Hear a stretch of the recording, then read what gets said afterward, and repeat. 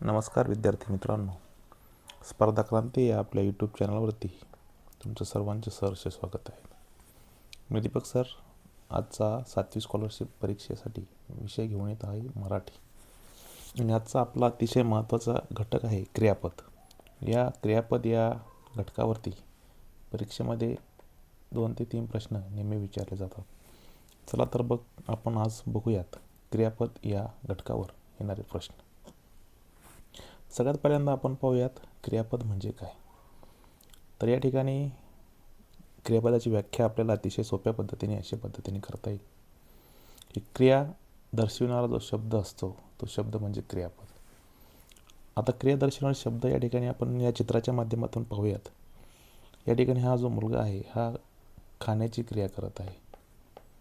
काय खातोय तर तो पेरू खातोय, म्हणजे खाण्याची या ठिकाणी क्रिया आहे. आणि खाणे हा क्रिया दर्शवणारा शब्द आपल्याला दर्शवतो खाण्याची क्रिया. मुलगा पेरू खात आहे, खाणे किंवा खात आहे हे आहे क्रियापद. दुसरं चित्र जर आपण पाहिलं तर हा या ठिकाणी मुलगा गाय बांधत आहे. तर या ठिकाणी बांधण्याची क्रिया तो करत आहे. आणि बांधण्याची क्रिया करत असल्याने क्रियापद होतं बांधतो, बांधली, अशा पद्धतीने क्रियापद या ठिकाणी आपण समजून घेऊयात. या क्रियापदाचे 8 या ठिकाणी प्रकार पडतात. त्यापैकी पहिला प्रकार आहे सकर्मक क्रियापद आणि दुसरा आहे अकर्मक क्रियापद. सकर्मक क्रियापद म्हणजे ज्या क्रियापदामध्ये कर्म आवश्यक असतं त्याला सकर्मक क्रियापद असे म्हणतात. आणि अकर्मक म्हणजे त्या ठिकाणी कर्म त्या ठिकाणी आवश्यक असत नाही. तर या ठिकाणी आपण समजून घेऊया सकर्मक क्रियापद म्हणजे नेमकं काय. तर ज्या क्रियापदाला कर्माची आवश्यकता असते त्याला सकर्मक क्रियापद म्हणायचं आणि ज्याला आवश्यकता नसते त्याला अकर्मक क्रियापद म्हणायचे. तर या ठिकाणी अकर्मक क्रियापदामध्ये कर्म त्या ठिकाणी नसतं. आता हा जो मुलगा आहे तो त्या ठिकाणी क्रिया करतो आहे बांधण्याची. हा जो धोंडू आहे त्या धोंडूने गायीला त्या ठिकाणी बांधलेला आहे. आता वाक्याची रचना नेहमी असते कर्ता अधिक कर्म आणि क्रियापद. आणि जे क्रियावाचक शब्द असतो तो त्या ठिकाणी क्रियापद असतो. बांधले हे या ठिकाणी क्रियापद आहे. आता आपल्याला कर्ता आणि कर्म शोधायचं. सर्वप्रथम वाक्याचा कर्ता शोधताना क्रियावाचक जो शब्द आहे त्याला पुरुष असेल तर नारा, पुरुष असेल तर नारी आणि अनेक जण असेल तर नारे. आता या ठिकाणी बांधणारा कोण आहे, पुरुषवाचक आहे म्हणून बांधणारा. तर बांधणारा कोण आहे तर धोंडू. धोंडू हा या ठिकाणी या वाक्याचा कर्ता आहे. आता या ठिकाणी कर्म आपल्याला शोधायचं. आता कर्म शोधताना ज्याच्यावरती क्रिया घडली, आता बांधण्याची क्रिया कोणावर झाली तर गायीवरती झाल्यामुळं गायी हे आपले कर्म असेल. आता नेमकं कर्म कसं ओळखायचं या ठिकाणी आपण दुसरं उदाहरण पाहूया. ती या ठिकाणी श्याम जो आहे तो कुठली क्रिया करतोय तर खाण्याची क्रिया करतोय. तो या ठिकाणी पेरू खातोय.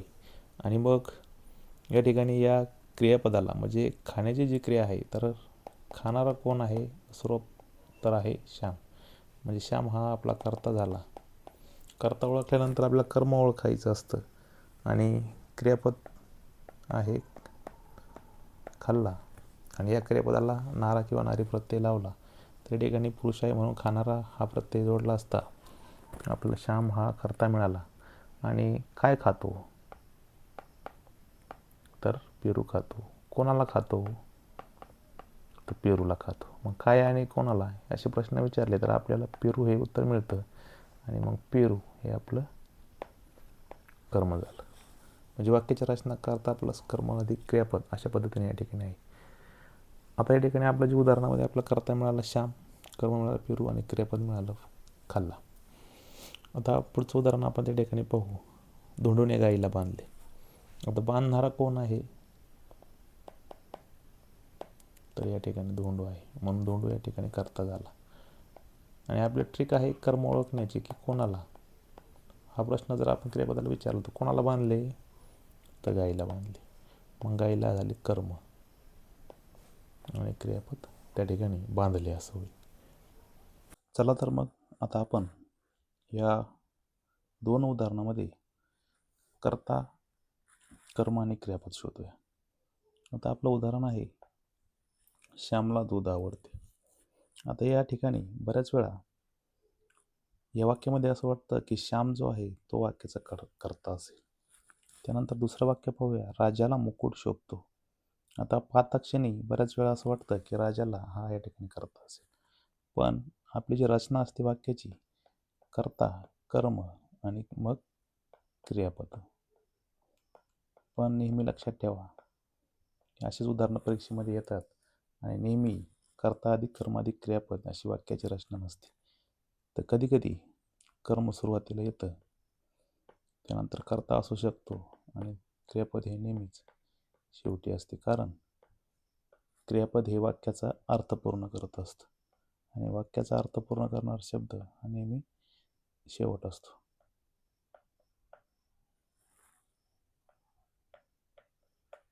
नेहमी लक्षात ठेवा, जो वाक्याचा अर्थ पूर्ण करतो तो क्रियापद असतो. आता या ठिकाणी श्यामला दूध आवडते आणि आपल्याला माहिती आवडणारी,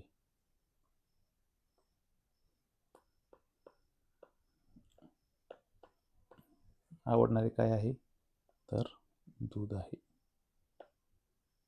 आवडणारे जर दूध आहे तर हा आपला आहे कर्ता. खालच्या वाक्यामध्ये बघू, राजाला मुकुट शोभतो. शोभणारा, शोभणारा काय आहे तर मुकुट आहे, राजा नाही. तर मुकुट हा आपला कर्ता झाला. आता कर्ता शोधला, क्रियापद शोधलं. आता कर्म जर शोधायचं ठरलं तर आवडणारे काय तर पुन्हा दूध. शोभणारा काय तर मुकुट. कर्त्यापासून निघालेली क्रिया कर्त्यापाशीच थांबली, म्हणजेच काय, या वाक्यामध्ये कर्म नाही.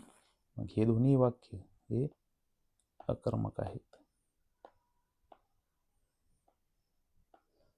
सकर्मक किंवा अकर्मक असाही प्रश्न येऊ शकतो, किंवा या वाक्यामध्ये कर्ता ओळखा असाही प्रश्न तुम्हाला त्या ठिकाणी येऊ शकतो. मग कर्ता नेहमी लक्षात ठेवा, श्याम किंवा राजा हे कर्ते नाहीत, तर कर्ते आहेत दूध आणि मुकुट.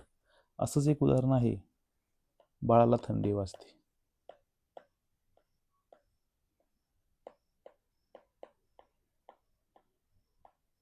आता या ठिकाणी वाजणारी काय आहे तर थंडी आहे, म्हणून थंडी हा वाक्याचा कर्ता आहे.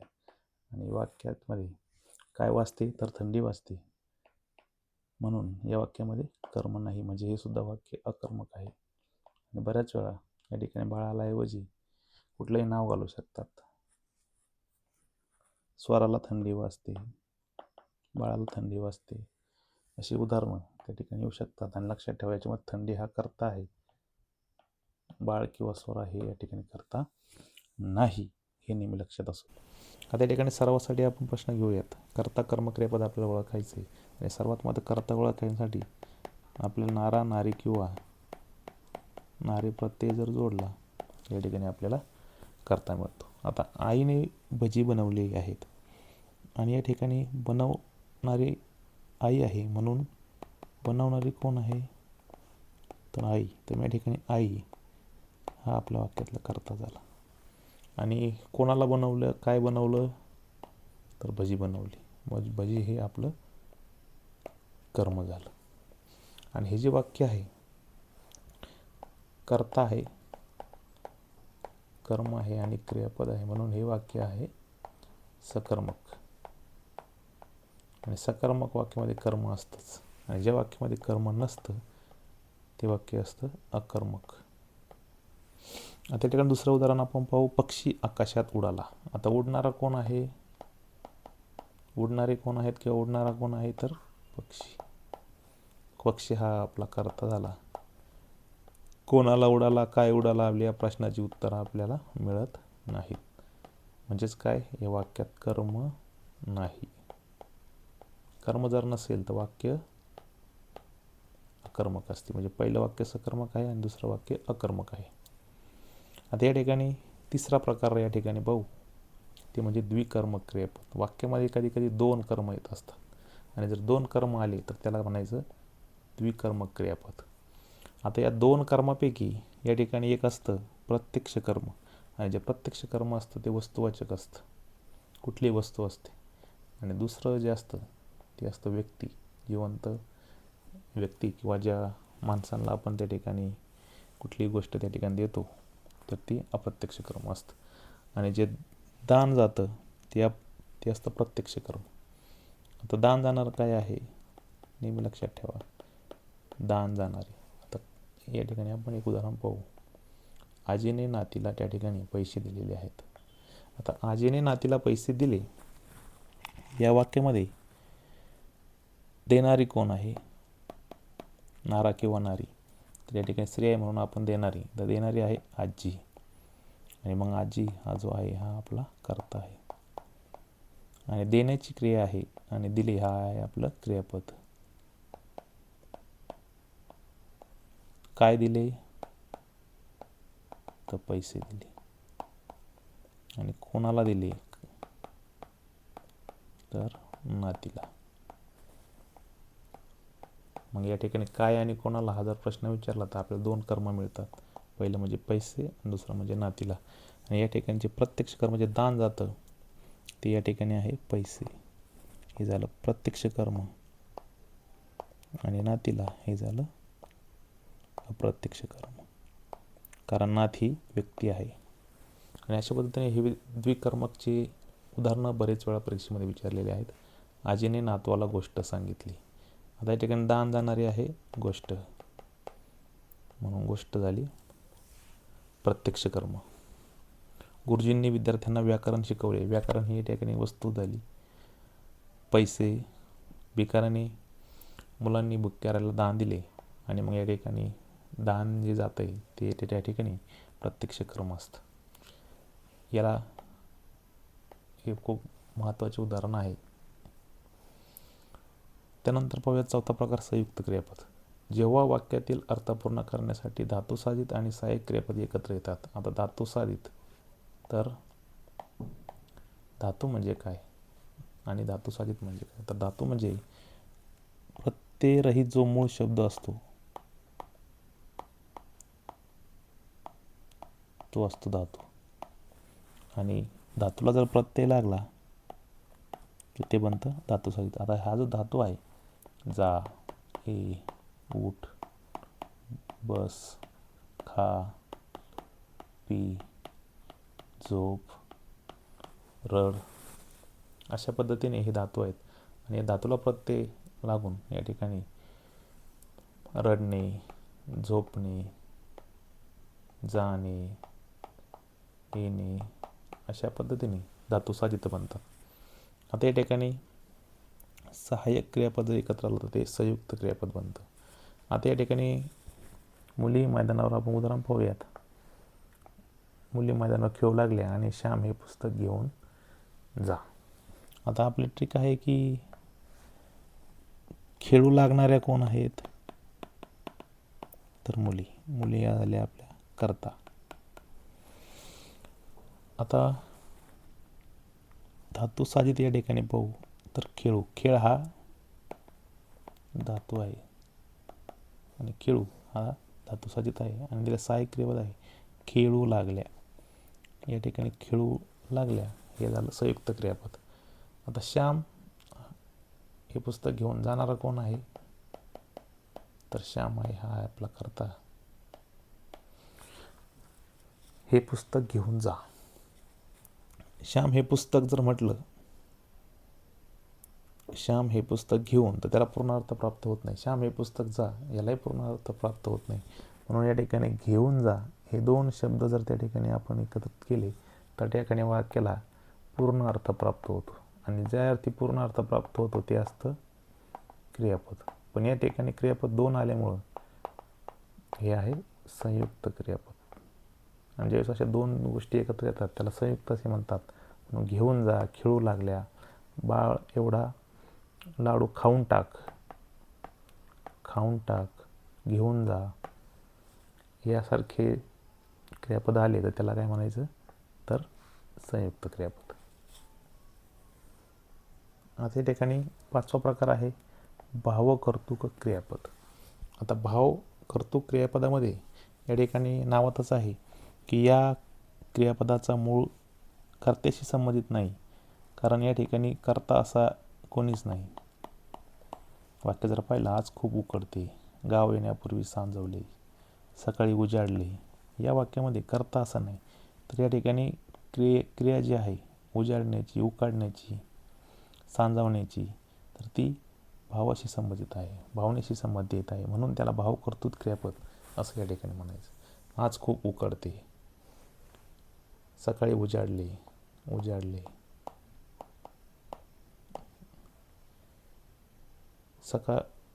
सकाळी सहलीला जाताना पुण्याजवळ उजाडले, अशी उदाहरणं येऊ शकतात. सांजावले, अशा पद्धतीचे क्रियापद त्या ठिकाणी येतात. आता शक्य क्रियापद 6वा प्रकार त्या ठिकाणी आहे शक्य क्रियापद. ज्या क्रियापदावरून कर्त्याच्या एखाद्या क्रिया करण्याचे सामर्थ्य किंवा शक्यता त्या ठिकाणी दर्शवली जाते. जी गोष्ट तुम्हाला शक्य आहे तिला शक्य क्रियापद म्हणायचे. आता या ठिकाणी उदाहरण आपण पाहू. मला हा डोंगर चढवतो, तर या ठिकाणी शक्यता आहे चढवण्याची. आता मला काम करवतो, मला चालवते, अशा पद्धतीने जे क्रियापद आहेत ते त्या ठिकाणी येऊ शकतात आणि ते असतात शक्य क्रियापद. यानंतर 7वा प्रकार आहे प्रायोजक क्रियापद. आता या ठिकाणी एक उदाहरण पाहूया आपण की आई बाळाला हसविते. आता या वाक्यामध्ये क्रियापद आहे हसविते. आता हे बाळ स्वतःहून हसत नाही, तर त्याला कोणीतरी हसण्यासाठी भाग पाडले, म्हणजे आईने त्याला हसण्यासाठी भाग पाडलेला आहे. आणि मग जर आई बाळाला हसवीत असेल, स्वतःहून कोणी क्रिया करत नसेल, त्याला कोणीतरी क्रिया करायला भाग पाडत असेल, तर त्याला म्हणायचं प्रायोजक क्रियापद. म्हणजे ती क्रिया स्वतः न करता कोणाला तरी ती क्रिया करण्यास प्रवृत्त करतो. म्हणजे आईने बाळाला हसविण्यासाठी काय केलं आहे, प्रवृत्त केलेलं आहे, तेव्हा ते असतं प्रायोजक क्रियापद. हसविते, चालविते, बोलविते, अशा पद्धतीने प्रायोजक क्रियापद असतात. त्यानंतर शेवटचा प्रकार या ठिकाणी आहे अनियमित क्रियापद. ज्या क्रियापदांचे मूळ धातू आणि काळानुसार होणारे बदल निश्चित नसतात त्यांना म्हणायचं, आणि त्यांना प्रत्यय देखील लागत नाही, त्यांना अनियमित क्रियापद म्हणतात. मला आंबा पाहिजे, मला दूध पाहिजे, मला पेरू पाहिजे होतं, पाहिजे असतं, या ठिकाणी असे जे क्रियापद आहेत त्याला म्हणायचं अनियमित क्रियापद. या व्यतिरिक्त करणरूप होकारार्थी आणि अकरणरूप नकारार्थी. मी पास झालो, मी नापास झालो, अशा पद्धतीने होकारार्थी आणि नकारार्थी अशा पद्धतीने त्या ठिकाणी उदाहरणे आहेत अनियमित क्रियापद. तर अशा पद्धतीने क्रियापदानुसार या ठिकाणी आपण क्रियापद पाहिलेले आहेत. अशा पद्धतीने आपण आज क्रियापद 8 घटक या ठिकाणी सोप्या पद्धतीने पाहिला आहे. जास्तीत जास्त या व्हिडिओला शेअर करा, लाईक करा आणि सबस्क्राईब.